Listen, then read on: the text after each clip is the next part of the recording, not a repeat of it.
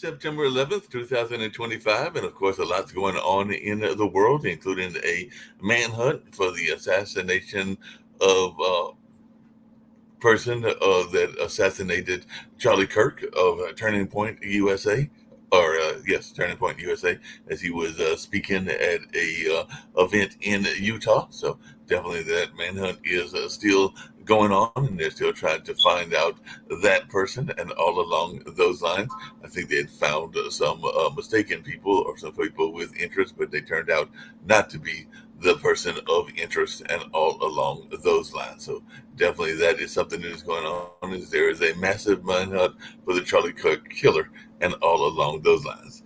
And definitely there's a lot going on in the world as well in terms of other things that are being reported on also. So definitely there's a lot taking place, including what drove Israel's attack on Hamas in Qatar. And a definitely drone barrage over Poland was a test for NATO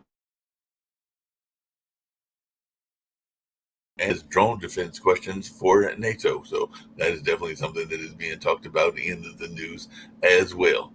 And definitely, here we go. As reported on CNBC, Trump responds to Russia's drone incursion on a NATO ally, but folks are asking what will come next. And definitely, Trump demanded Netanyahu commit not to strike Qatar again. And Israel has hunted its top enemies around the Middle East. And folks are asking what is it achieved if, as it has done that, and all along those lines. And Belarus frees 52 prisoners after a appeal from Trump. So U.S. eases some sanctions on Minsk. Belarus pardons scores of prisoners at the request of Trump, Lukashenko says. So definitely that is something that is being reported as well. And homeless and hungry, Gaza fears a repeat of 1948 history. Palestinians face new dilemma as Israeli forces advance. Qatar will be hosting an emergency Arab Islamic summit after Israeli strike on Hamas leaders. So, with nowhere else to shelter, Palestinians displaced in Gaza return to a city under Israeli assault. And Russia's strategy against the West escalates slowly and see if it responds. Shorter pauses, larger strikes, how Russia's drone attacks have evolved is being reported in the Defense Express. Russia used intelligence to invade Ukrainian air defenses, is what some experts are saying. And scientists are linking hundreds of severe heat waves to fossil fuel producers' pollution. So scientists are tracing the heat waves back to individual fossil fuels companies with potentially sweeping courtroom implications. Carbon emissions from oil giants directly linked to dozens of deadly heat waves for the first time.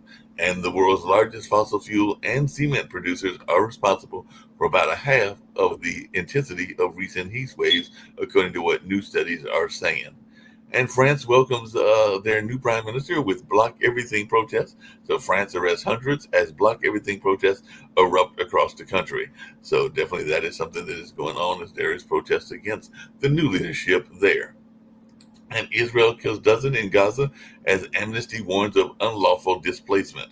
And Netanyahu, we're not leaving defiance in Gaza City as Israel shows aid sites planned for that area. So facing Israeli assault, many in Gaza City say fleeing again is worse. And Netanyahu tells Gaza City residents to leave as he pledges retaliation for Jerusalem attack. And Nepal's young protesters find an unlikely partner, the army. Nepal's young protesters back former Chief Justice as the interim head. So folks are asking who is Kolman Gising. He's the new front runner for the next prime minister, studied in India. And folks are asking 10 things to know about him. But the Kathmandu mayor Balan's words of caution for Nepal Gen Z. So he's giving them some words of caution, but it looks like there may be some new leadership in Nepal as well. And youthful anger at political Nepo babies drives Nepal protests. So Nepal protests, designer handbags, luxury cars, the lavish life of Nepal's Nepo kids. And a parliament in flames, a leader toppled. Nepal's Gen Z protest askers what comes next. So they're asking what comes next in that sense. And Russia and Belarus military drills start this week. And should NATO East expect more drone attacks ahead of Zabad 2025 or Zapad 2025? Poland is sending 40,000 troops to the border amid the Russian tensions. So Poland is closing the Belarus border due to aggressive Russian nuclear drill, is what Tusk is saying. And the U.S. influencer under investigation in Australia over a controversial crocodile video. So Steve Irwin's father condemns the reckless content creator amid outrage over a video of the U.S. man wrestling wild crocodiles. And BBC is saying real Tarzan, the U.S. influencer Mike Holston investigated over wild croc wrestling. So definitely Steve Irwin's dad was in tears into the wannabe crocodile hunter. So definitely there's some folks that are looking at this new crocodile hunter, and some people are not liking what they're seeing in that space. So let's see if folks have anything to say about that. And EU leaders call for sanctions against Israel as airstrikes killed dozens in Yemen. Ursula von der Leyen calls for suspension of EU free trade with Israel, and the European Parliament is supporting the von der Leyen on sanctioning Israeli ministers halting trade ties. So definitely there's a lot going on in that space. And Tunisia is investigating Sumad Flotilla alleged drone strike. So footage shows second claimed attack on Greta Thunberg's Gaza flotilla. So definitely that is what folks are talking about as these flotillas apparently are being attacked and all along those lines.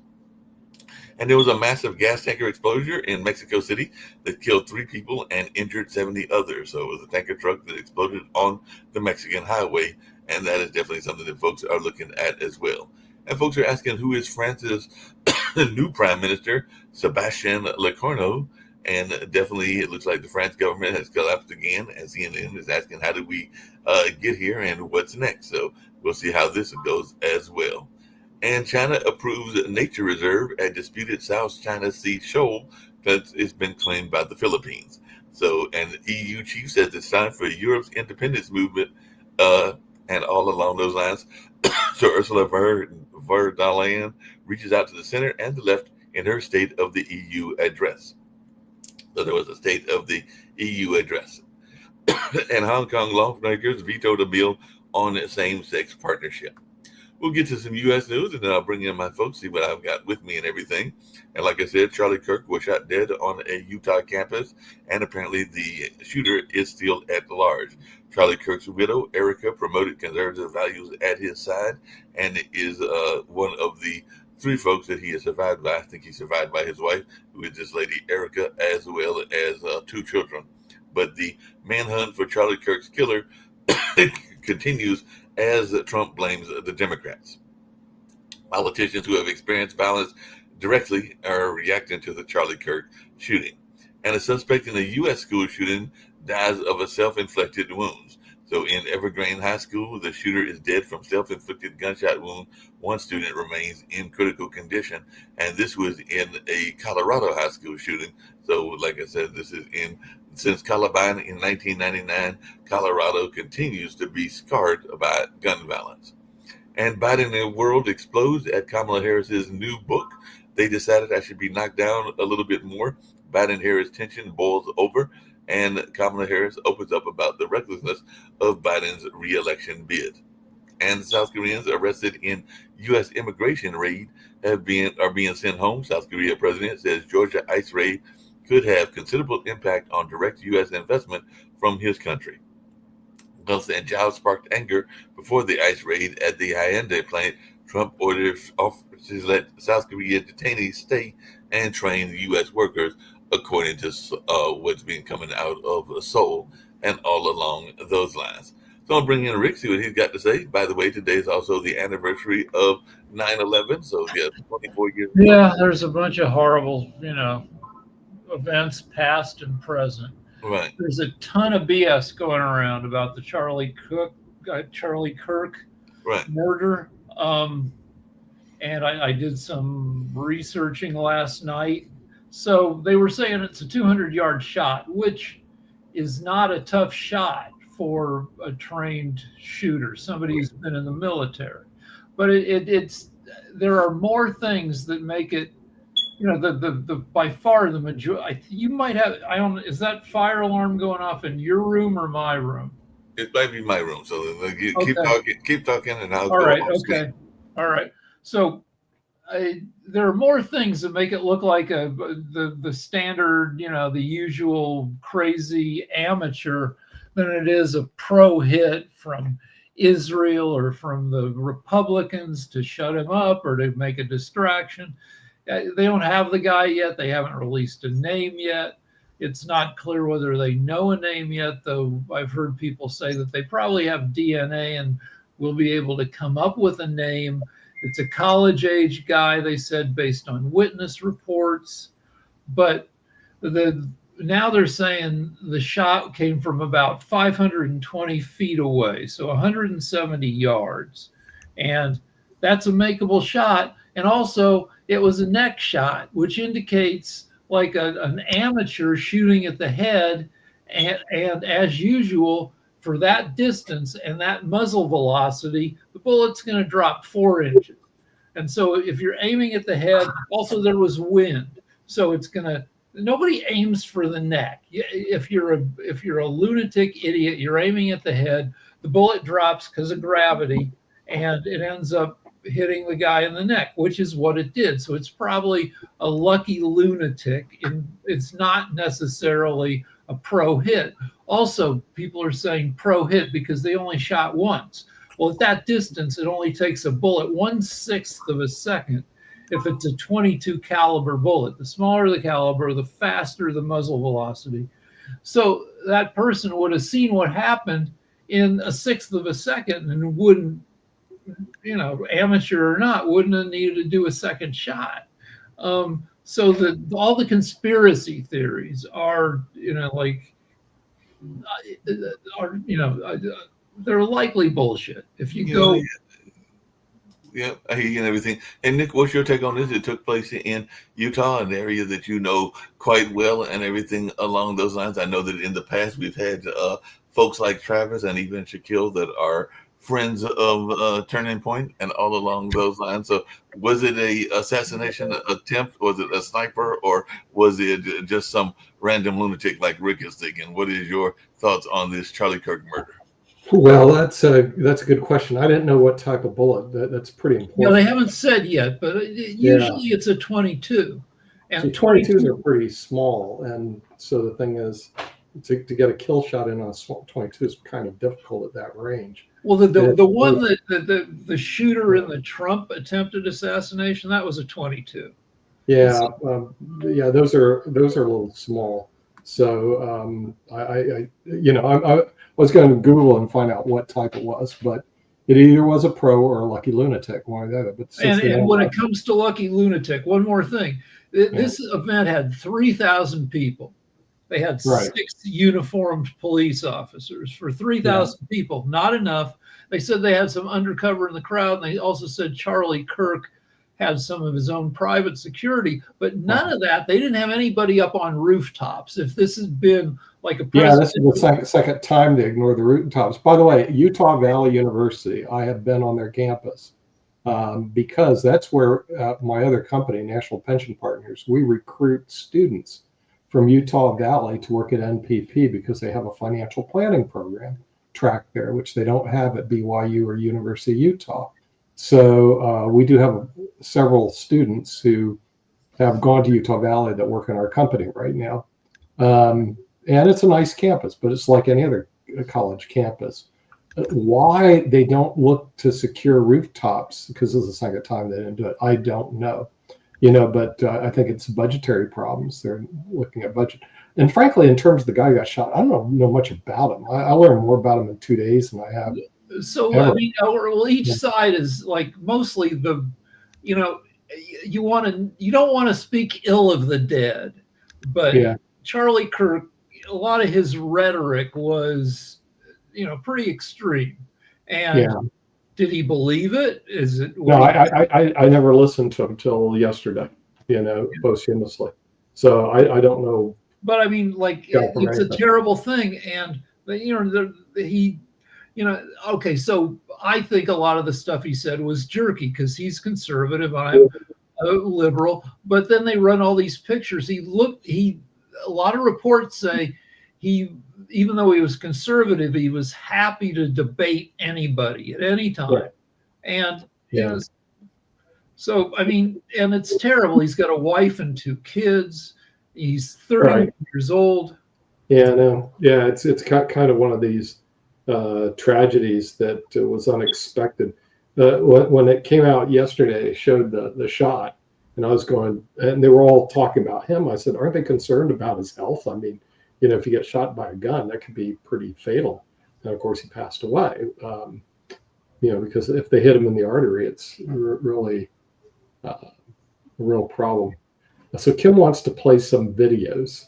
She wants to kind of play the videos. I want to say one more thing about Utah Valley and everything. Like, Utah is all Mormon, and I got to say, the Mormons I've known are nice people. Mormons tend to be pretty. No, you just stuck your tongue out.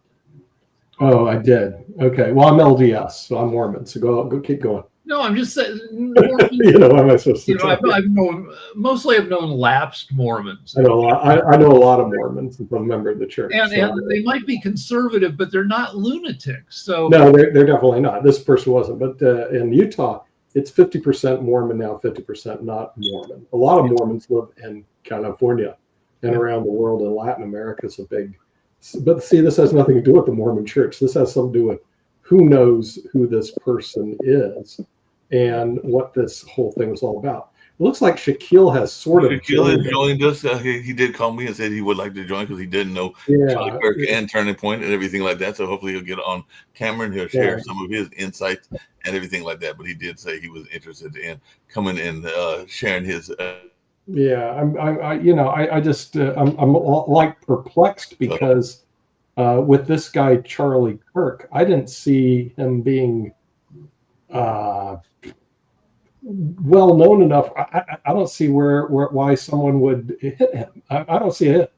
Which is another thing. Hold on a second. There's Shaquille, and like I said, Shaquille did, and I think he's with Turning Point, or he's done stuff with Turning Point Australia. I can't say that he's with them, but I know his friend Travis is, and everything like that. So, did you have the pleasure of meeting Mr. Kirk, Shaquille, and everything? I think you told me that at one point you did have the chance to meet this gentleman. Sorry, I'll be right back. I'm just not, just bear with me. Yeah, he's dealing with technology. So what you said. Oh, by the way, I saw Sasha's show on. Let's see, I think it was Peters or something like that. So the Ukraine show had made it to the podcasting world. Who voiced his concern over the Epstein files a mere 48 hours ago at the Student Action Summit in Florida, now says he's, quote, done with the matter. Honestly, I'm done talking about Epstein for the time being. I'm going to trust my friends in the administration. I'm going to trust my friends in the government to do what needs to be done, solve it, balls in their hands. I've said plenty this last weekend. Make some noise if you care about the Jeffrey Epstein scandal. Raise your hand if it matters a lot to you. Raise your hand. So every hand of 7,000 people. Everybody cares. A lot. I said a lot. Every hand. He did have a lot to say this weekend, but now he's trusting his friends in the government. Fox News. Noise if you care about the Jeffrey Epstein scandal. Raise your hand if it matters a lot to you. Raise your hand. So every hand of 7,000 people. Everybody cares. A lot. I said a lot. Every hand. It's going around in circles, so let's take that. He did have a lot to say this week in the government. Yeah, it was going around in circles. I'm not Epstein. Sorry. Hold on a second. Let's hear my from hand would not have gone up. Let's hear from Shaquille. Shaquille did know the gentleman. More care about Ukraine. Yeah, so I actually only briefly spoke to him on election night when we were doing coverage with Turning Point Australia and ARC.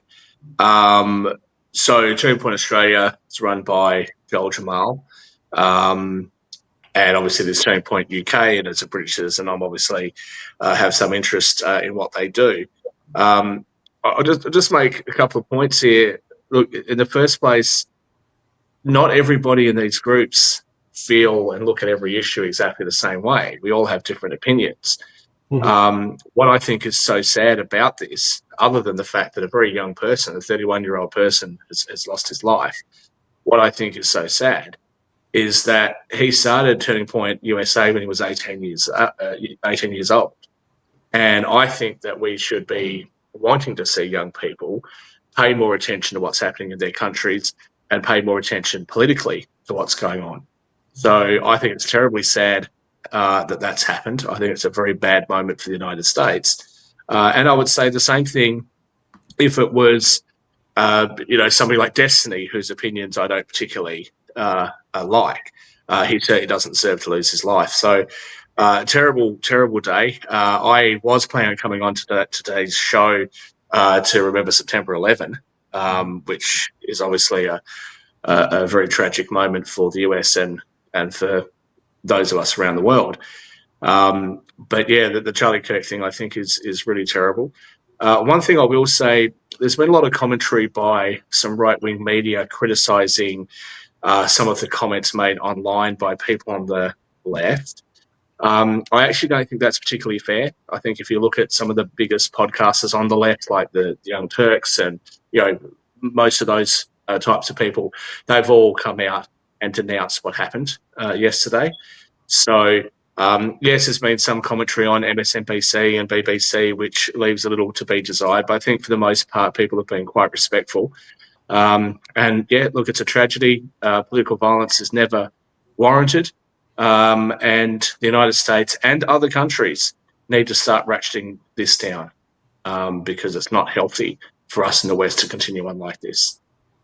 Yeah, agree with you on that and everything. You mentioned 9/11, and I was going to bring that up as well because it is the anniversary. It's the 24th year since that attack took place. So just around the robin and everything. But I'll start with you, Shaquille. What is your reflections on 9/11? I've said on several shows that I literally thought it was War of the Worlds when I first heard about it when that day, because I was actually going to a radio station that still exists here and heard it over somebody else's car phone and everything like that. So I was thinking it was a political drama, but then when I got there, computers were on. My fellow reporters and fellow people at the station were gathering around, and we actually saw, when I got there, I think the second building fall and everything like that. So realized it was a very serious matter. Called friends of mine. Fortunately, I don't remember any that were there that I knew that passed, but I had friends that definitely had folks that passed, including some folks on this pass on the network that used to be here before, like Zach and others that knew folks that were involved in those various buildings and everything. But I was just wondering y'all's take, because that was mine, and I definitely remember rushing to call friends and relatives in New York City to make sure that they were all right. And like I said, everybody knows the lines were down. You couldn't get anybody and all along those lines. But fortunately, all of my folks that I was trying to reach were safe. But just anybody's thoughts. Well, I'll say for me personally, I was 17. I was just before my 18th birthday. I was playing around on a foreign exchange account, just mucking around with trading. And I remember seeing it come up on TV, and I thought it looked like a really great movie that I might want to watch one day. And when I just kept seeing it repeat over and over, that sort of got my attention, and then I changed channels, and then it was like on every single channel was the same coverage, and that's when I realized that something dramatic had happened. But that's the thing. I think for those of us that perhaps are getting a little bit worried about what's happening with Israel and Palestine and a potential escalation in the Middle East, we shouldn't have to live like this. And I think that for the most part, if you look across the aisle, politically within our own countries, you often find some commonality. And I think that when we look across to other cultures and other countries, human beings are human beings. And I think that we should all strive to live a more peaceful existence with each other, because we shouldn't have to put up with this kind of violence and the kind of human tragedy and sadness that befalls so many of us. Rick, your take on that? My brother was there in an adjacent building and saw the whole thing. And you know how, like, if somebody's been in a war, they won't talk about it. My brother won't talk about what he saw. It was, a terrible thing. And I have one more thing. Like, there are a bunch of conspiracy theories about 9/11, and, jet fuel can't, all this bullshit about, crazy, can't melt metal. But there's one thing that I don't think is a conspiracy theory, is that those buildings, the frickin' towers, were not subject to zoning regulations because they were owned by New Jersey, the New Jersey Transit, but they were in New York. So somehow that exempted them from having to follow zoning laws. And if they had to follow laws, there would have been 6 stairwells in each building. As it were, they wanted these big open spaces that, the brokerage firms, they could have giant trading floors. So there were only 3 stairwells, and that were all severed by each of the planes, and which meant that anybody above where those planes hit had no way down. And if those buildings had had proper zoning, perhaps thousands of fewer people would have died and would have been able to make it out of the frickin' building. Mm-hmm. Also, the radio system, the NYPD and the fire department had a crappy radio system. So one tower falls, and they had no way to tell the fire people in the other tower, the firemen, to get the hell out. And so that added another 300 people who didn't have to die. Yeah. I think one of the other tragedies that I certainly pay some attention to is the treatment of first responders after the event. And I think Jon Stewart addressed Congress about this, thinking around 10 years ago, and really ripped into them for the lack of funding and lack of support that they got. And I think it's worth remembering, because this wasn't just an attack on New York, and it really wasn't just an attack on America. It was an attack on the very values that we in the West, cherish and hold dear. The idea that we can disagree, we can argue with each other, that we can, have different opinions, that we can have freedom, that our women are able to work and have fulfilling lives without having their husbands or fathers' permissions, all of that sort of stuff, that people have relative equality. Those are all things that we hold dear to us, and that was what was attacked on September 11, and in many ways continues to be attacked today. And I think that when our first responders respond to events like this, they should be treated with the utmost of respect, and they shouldn't be left to fend for themselves after contracting diseases. If you showed up on site to help look for the dead and clear the wreckage, you're fucked, because the stew of gunk in the air. When the buildings fell, all the concrete that made the floor and ceiling of every floor turned to dust, along with anything between the floors. Everything was pulverized, and if you showed up down there, you breathed that stuff in, and it was crazy toxic. And that's what Shaquille is talking about, that people who were down there, who spent days and weeks breathing that gunk, they got cancer like crazy and a bunch of other diseases. Well, plus there was asbestos in it. But I'll just I'll leave you guys with this note, because I don't have an awful lot of time to spend with you today. But Jon Stewart, from memory, it's been a long time since I've seen his address there, but he said something about the average response time to September 11 was 5 seconds. So for fellow Americans, in your case, but for our fellow human beings to respond selflessly in under 5 seconds, and then to have to deal with government bureaucracy for decades in order to get the help they need, is totally unacceptable. And I think that is compounding the great tragedy. But on that note, God bless all of you, and God bless the United States. I think this is a very, very horrible moment for you guys and for all of us around the West, but I'm sure that the US will get through it. Thank you.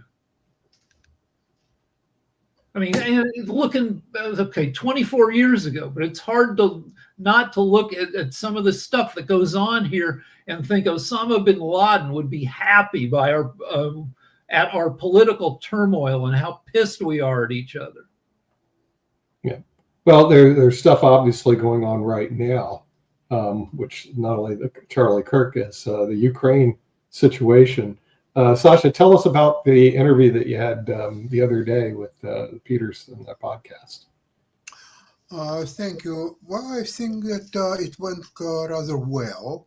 I've looked at this video, And what surprised me is that Jim was quite well prepared, and although he didn't have the wealth of information to look really deep into issue, but he was well enough informed, at least about popular opinion, which is prevalent in the United States among its people, that sooner or later Russia will win war anyway. So why spend so much more efforts and lives and resources to fight war, which is absolutely 100% will be won by Russia?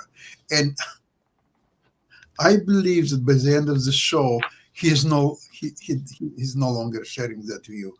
I think we were convincingly pointed out to him that Ukraine, unlike Russia, who is fighting 19th century, maybe 20th century war, Ukraine is fighting 21st. Very high technologically enhanced war with ingenuity, bravery, and as a matter of fact, in the last 2 years, Russia advanced somewhere maybe 1.5 kilometers in Ukrainian territory compared to what it had at the time already. So there is no advance of Russia anymore. And they're desperate. They're using the missiles, they're using the drones, including Poland. Something new comes into play. Really, what's the problem is in this situation? That Ukraine slowly but will overtake Russians. They will win the war right on the battlefield. Forget about all these arrangements for peace or not for peace or for something else. It doesn't matter. Everything will be decided on the battlefield, and that's where Ukrainians have a huge advantage in technology, in a modern way to conduct the war, and that's where Russia, when they're using for their supply lines, they're using horse wagon and they're using donkeys. This is a country supposedly second biggest and largest and strongest army in the world? No, it's the second strongest army in Ukraine. Now, the European Union, they understand that especially now what's happened in Poland, they understand that their security is based on strong Ukraine, because Ukrainian army today is much stronger force than Germany, UK, and France put together. They don't have any fighting experience. They're not dedicated to fight Russians. They're trying to hide here and there. Okay, Poland is being attacked. Okay, so we have to consult each other. We have to talk to each other. We don't know what Donald Trump thinks about it, and so on. This is not the way to stop Russians. By the way, amazingly enough, Putin got sick and tired of Trump. He is no longer taking his calls. He doesn't need waste his time talking to Trump. There's these lunatic proposals. Okay, we'll do together Arctic, and then we'll do together oil and gas, and then we'll do this and that. Come on, you're talking to a trillionaire, probably more than once, maybe 2 or 3 times trillionaire. What are you offering him, Nick? Think about it. It's the same thing that you're going to talk to somebody like George Soros, and will offer him $500 bills. So that will be your present to him. Do you think Soros would be interested to discuss it? Probably not. So Trump is actually becoming, together with his Witkov, the wizard of diplomacy. These two people are becoming clowns in international politics. China already showed them at the door, no interest to discuss anything. In fact, you know what will happen? Trump, being pragmatic person, I think he will try to get US into BRICS, because he understands that he cannot fight BRICS. He cannot fight China, Russia, India. Basically, all the world with his tariffs, he alienated all the world, including even Canada, against USA. So what's the exit from this? It's horrible. Joining BRICS, that's your way to get out of this conflict. I don't think so. So Sasha mentioned that Putin might be a trillionaire. He might be the richest guy in the world, though it's hard to tell because obviously he's not transparent. But yeah, and you can't. I did not say that he is transparent. All I said is that he is by far the richest man in the No, world. I said because he doesn't get listed as the richest guy in the It world. doesn't matter. It doesn't matter. Look what's happening in real politics. Not in politics of Donald Trump, but in real politics.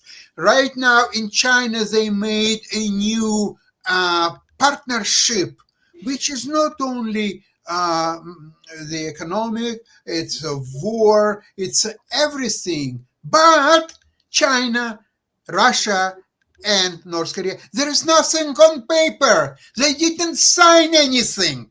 So US can sign every minute and a half 100 different agreements, and it's not worth anything. Look at Article 4, Article 5 of NATO. It's not worth anything, same as Budapest Memorandum and so on. These people, they're much more clever. They are conducting incredibly important thing in the world politics without signing a piece of paper, but it works.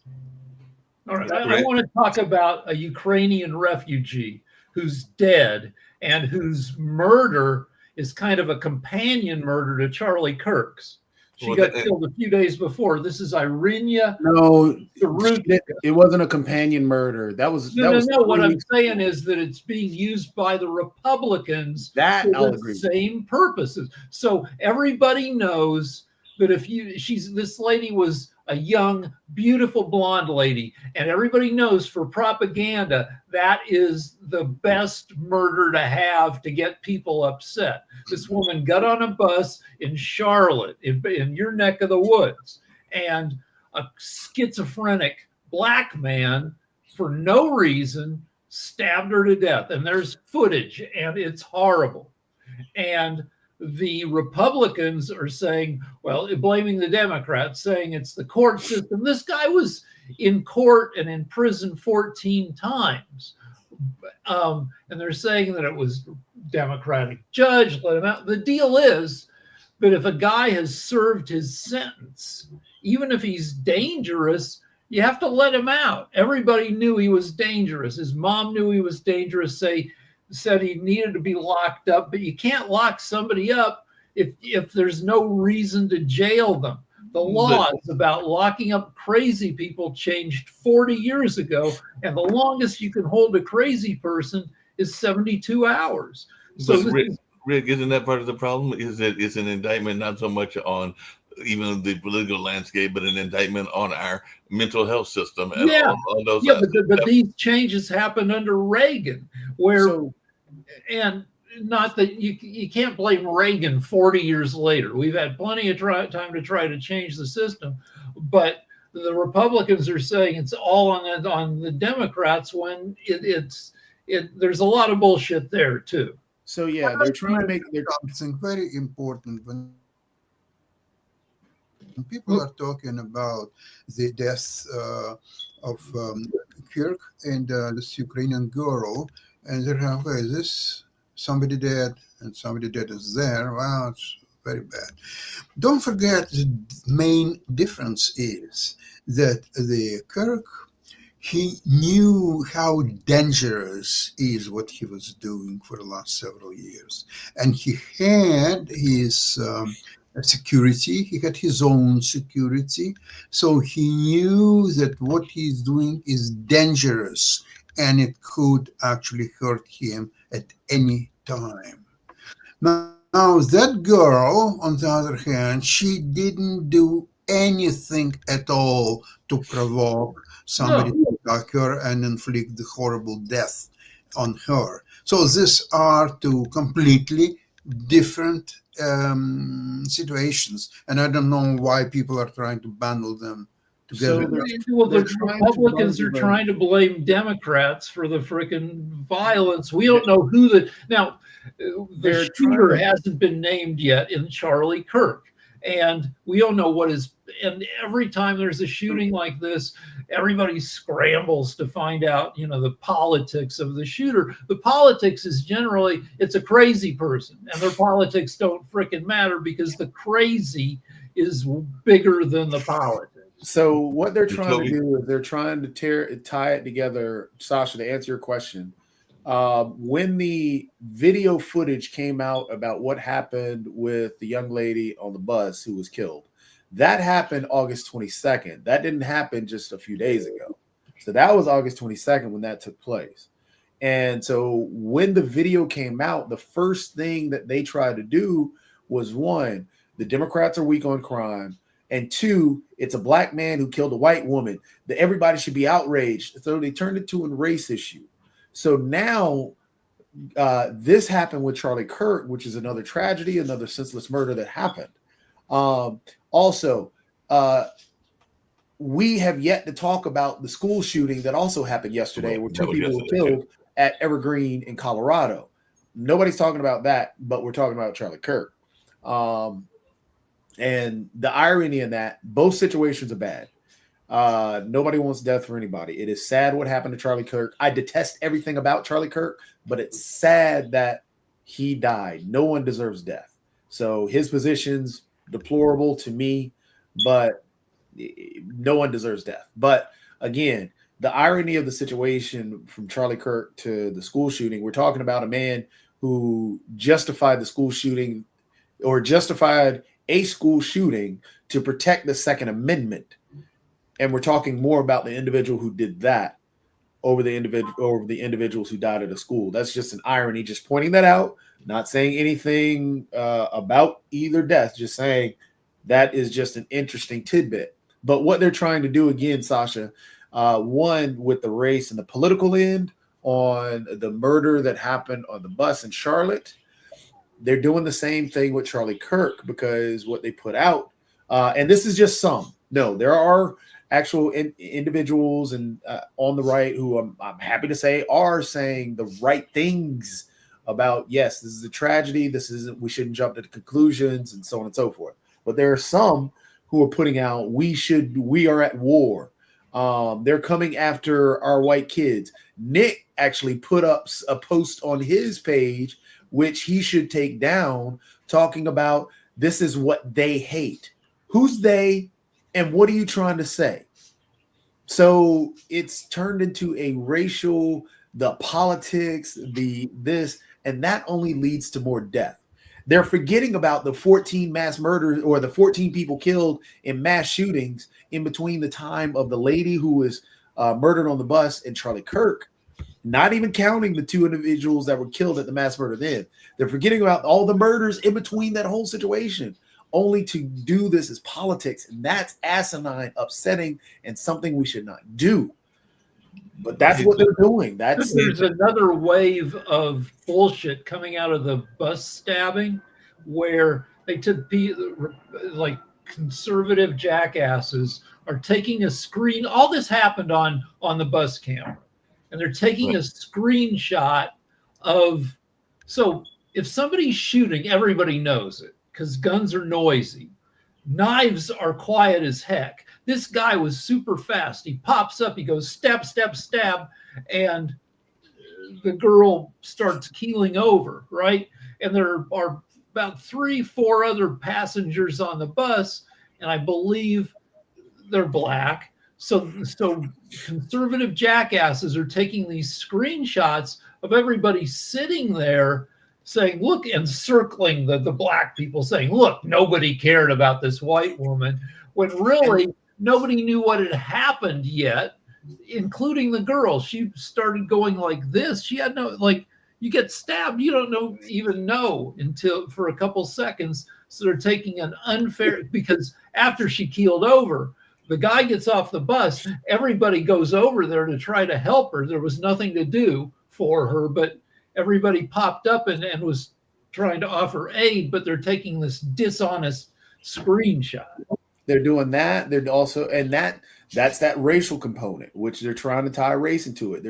We have to stop that.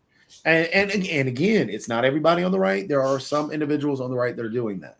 And Jacoby, just really quickly, speaking of the race component, have they not forgotten? And I think it happened this year as well. I know it happened last year and everything. But weren't there several HBCUs that were targeted by violence as well that took place? I think it took place last year and I think it took place this year as well. And they were not even talking about that in the conversation. But there were several HBCUs, including NCCU, where we live at, and a couple of other ones as well around the country, including, I think, the ones in Atlanta, like Clark and Morehouse. There was also a shooting at the CDC. They're not talking about that anymore. They're not talking about the 9 kids that were, or the kids that were killed sitting there praying. They're not talking about that anymore.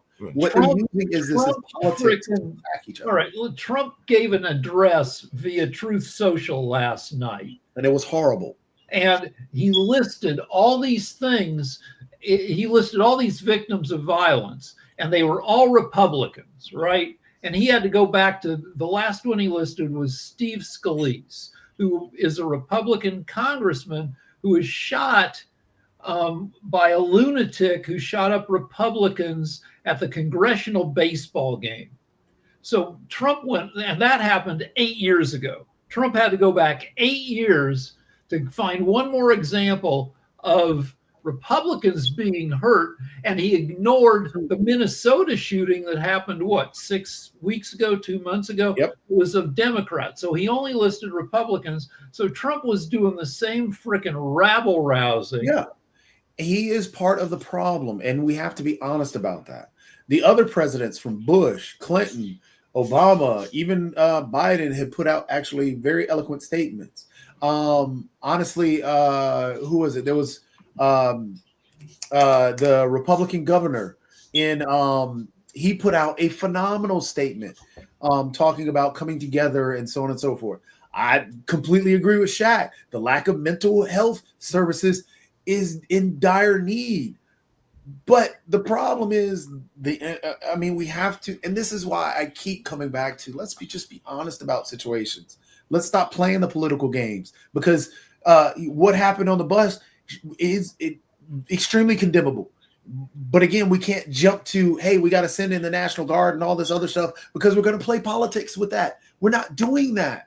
That is causing a problem. What needs to happen is that funding that gets cut in the big, beautiful bill needs to be pumped back in. All these things need to be worked on, because that could help us as a society, and not sitting here playing politics of, if Biden came out and said some bad things, I will be the first to say he should not say this.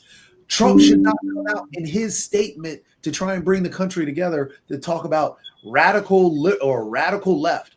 That should never be in anything he should say about what's going on with Charlie Kirk. He should actually console his family. Again, I detested everything that Charlie Kirk talked about. Can't stand it. He was the whole situation with Turning Point USA. I would love to have had a debate with him. I've seen people do that, but he did not deserve to die. What happened to him was a tragedy. That's horrible. So yes, there should be more money pumped into mental health services. That could have helped the individual, because what came out when they started talking about when that murder video came out, because they didn't even know about it. It happened again, August 22nd. Once they saw the video, then, hey, we're going to use this as a calling card. They use it instead of talking about the mental health services that need to be pumped into North Carolina, which got cut from the big, beautiful bill and some other areas. And the Republican Party, it had a super majority for many years and kept cutting and cutting and cutting. Instead of talking about, let's put the money back in there because that's what we need. No, what we're going to talk about is, the mayor's Democrat. Oh, Democrats are, no, that doesn't matter. Crime happens everywhere. So we need to focus on, how do we fix it? How do we work towards a solution so it doesn't happen? Also, the 5150 72-hour hold. That was a thing that was passed decades ago. Before that, crazy people were warehoused in crappy conditions. They weren't helped. And so people stepped in saying you got to give these people some freedom, and that hasn't worked so great either. Also, it was expensive to warehouse crazy people. So you saved money by, so we need some legislation and to figure out what to do with crazy people, dangerous crazy people. And nobody's willing to address that. It's like immigration reform. Everybody's willing to politicize it. Nobody's willing to frickin' legislate new solutions. Nobody. And I completely agree with that, Rick. I mean, that is part of our problem. We get into these arguments over money and all this other. The way to attack crime is a multifaceted approach, dealing mainly with opportunity. And again, I had taught at one of those schools that dealt with kids that were coming out of prisons. And the first thing they tell me is they wanted to go back because they see nothing. They're not respected. They're told that they can't have a job because they had a crime in their past. What do you think this kid sees in his life? He wants to go back to prison because that's all you give him is prison. And that's, if you don't give opportunity, if you don't extend the hand to shake, if you don't, with mental health services, for example, one of the talking points all their week on crime, it's a Democrat judge. The dude served his time in all of the crimes that he had, served his time. He called his last call to the police. He made a phone call. What you're talking the crazy schizo stabby guy? Yeah. And what are you gonna? You can't throw the man in prison for the rest of his life because he makes a phone call or that he's schizo. No, you get the man help, but you don't have the funding. So what are you gonna do? You can't throw him in jail. Throwing him in jail is only gonna make things worse. Yeah, the guy said, apparently, I don't know who heard him, that he stabbed the woman because she was reading his mind, and which is total. That's 100% schizo thought. Yep. But we have no way of addressing schizos. Yep. He needed help, and there are plenty of people that need help, but we keep cutting and keep arguing and turning things into political games, and then just because this is on my team, I gotta agree with this. No, just call it out for what it is. Speaking of which, you mentioned it earlier, Jacoby, and it's in your neck of the woods because I know this thing with Charlie Kirk was in Nick's neck of the woods. But what are we hearing about this second shooting in the area of Colorado? Because, like I said, it was a school shooting. I didn't know that took place, but I don't know all the details out of it. It's just a tip. I mean, I'm sure every school shooting is unique, but it sounds pretty typical. Kid goes in, shoots up a school. One other kid dies. A second kid gets wounded, maybe more than one other kid. Then the shooter, I think, kills himself, right? Yeah, he took his life. Yeah. So the shooter took his life, killed, I think, two others. It might have been two. I think just one. I think. The other one in critical. Yeah. So you have this school shooting, and the thing is, we don't talk enough about school shootings because we've become desensitized to all these things. We desensitize ourselves to all these things that are tragic. Like, everybody should be just as outraged over what happened in Evergreen as what happened with Charlie Kirk as well. Because it's I read an essay yesterday that gave shit to Democrats. The deal is that just because they talk about it on Fox News doesn't mean that it's a bullshit issue. And so with regard to school shootings, like Republicans like to say, more security in schools, lock down schools, make schools like shooter-proof with reinforced walls, with closets you can retreat to that are bulletproof. And Democrats like to say it's the guns. But the deal is that, yeah, it is the freaking guns, but that is an insoluble problem at this point because there are 470 million guns in America, nearly 2 guns for every adult American. So we do have to look at the Fox News solutions. You can't get rid of the guns. There's too many. You do have to look at increasing school security. So, and that right there is a fallacy, because school security, we keep ignoring that we now have a SRO, or a school resource officer, that's at pretty much every school in the nation. So you have a police officer, one, maybe two, sometimes three. Yeah, that's that are not already. that's not in. But hold on, let me finish. Okay. I haven't even gotten there. All So right. you've got that's being increased. You've got doorways where you only enter and exit out of one doorway that's been there. You've got the metal setup where detectors. you have school security that has been increased over and over and over again. And you know what hasn't stopped is school shootings. One thing that we have never done is actually set up the regulations to where we throw in the red flag laws that are across the nation. We've never done a universal background check on every single gun sale. Never. So all these things that we continue to do for schools that you're talking about, hey, maybe part of Fox is right. We've done those and we continue to do those, but school shootings still happen. The thing that we've never done is actually doing the regulations around the guns, because we go into the idea that, hey, we're taking away the 400 million guns that are out there. Nobody's talking about doing that. Absolutely nobody's talking about doing that. No Democrat, no super. Nobody's taking away guns. In fact, what people are talking about are red flag laws, mental health screenings for getting guns, insurance for getting guns or for maintaining your guns, regular trainings for guns, all this stuff that we've never ever tried or attempted. biometric locks, Because of the trigger guards, so that only the authorized users can operate the gun. Yeah. That's there. We can do that.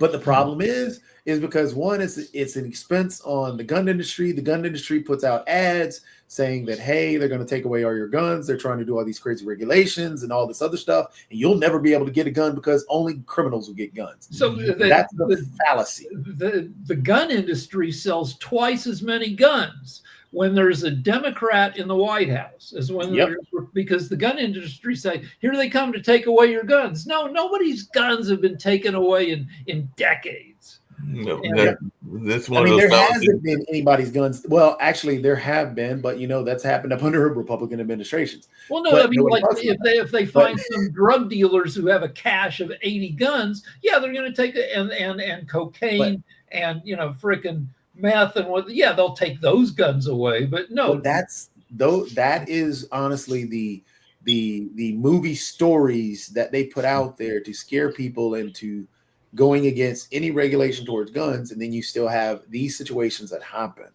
Yeah, Charlie Kirk. Speaking of which, we get ready to wrap up and everything. Just really quickly, what is y'all's thoughts on? There seems to be some controversy around the whole Democratic Party, and there being some bickering within because of Kamala Harris's book. So there are some talk around that as well, where people are saying that Biden is. That's always been there. I mean, it's not anything new. It's again. That's bickering. I mean, it's trivial compared to every other thing going on, right. But it's probably helpful, because if she lays out what was going on, that Biden, had a lot of confidence in his ability to keep being president, and then the people around him didn't give him enough shit about you really think this is a good? Yeah, that kind of analysis is probably helpful to do. Yep, probably. But on that note, we're going to get out of here. We'll have Oral Politics later on this afternoon. And I know we've got other shows, including Coco McMillan's show around music and entertainment, coming on later this afternoon as well. Oh, and we've also got VC Masters. I think that's coming up at 1 o'clock. What Jatovi's right about security in schools, like Charlie Kirk had private security. They had undercover cops. They had regular cops. None of it, found the shooter found the gap in the security. So a dedicated shooter can either get lucky or figure out, how to do it. Usually with schools, you don't have to get that lucky. Like even in a school that's supposed to be locked down. Uvalde, they left school doors, I think, open that shouldn't have been open. And, you know, it's a freaking school with kids and a ton of teachers, and people are going to make mistakes. Yep. That's the nature of what's going on. But on that note, we're going to get on out of here, and we'll be back at 5 o'clock with World Politics with some of this discussion continuing and all along those lines. So definitely catch y'all.